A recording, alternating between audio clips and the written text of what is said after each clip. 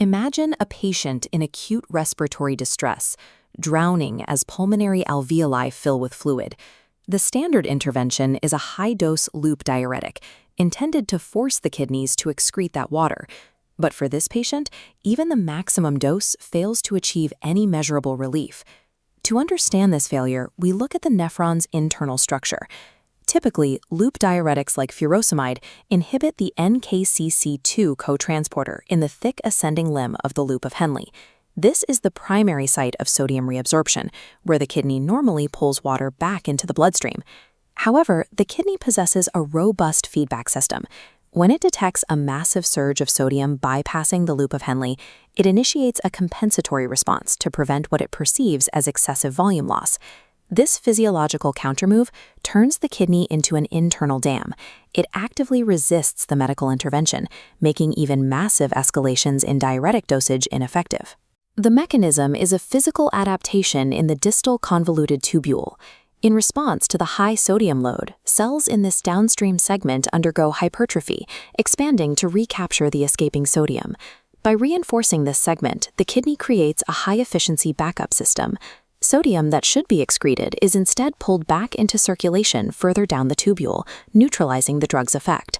Breaking this cycle of fluid retention requires a secondary intervention, a drug capable of targeting these specific downstream reabsorption sites. This is a spatial problem.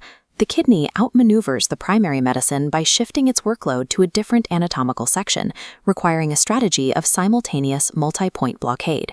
To disable this downstream backup system, clinicians introduce metolazone, a thiazide-like diuretic.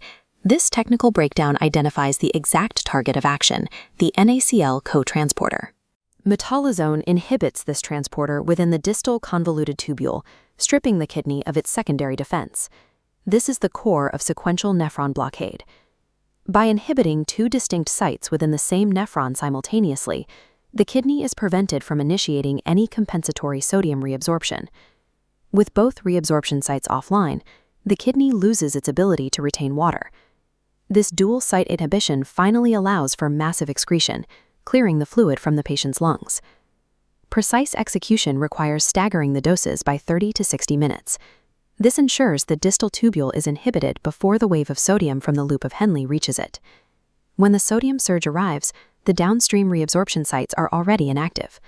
Unable to be reclaimed, the sodium and water pass through the entire tubule, resulting in profound diuresis. Metolazone is particularly effective because it maintains its potency even in patients with advanced kidney disease or a low glomerular filtration rate, unlike many other diuretics in its class. This specific temporal and spatial strategy provides a pathway to treat patients who have failed to respond to standard high-dose loop diuretics alone. While the resolution of pulmonary edema is life-saving, the speed of the sequential blockade creates a new set of risks.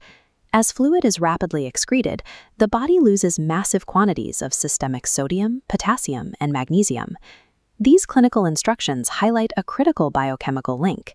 Magnesium deficiency prevents absorbing replacement potassium, making it mandatory to correct magnesium first.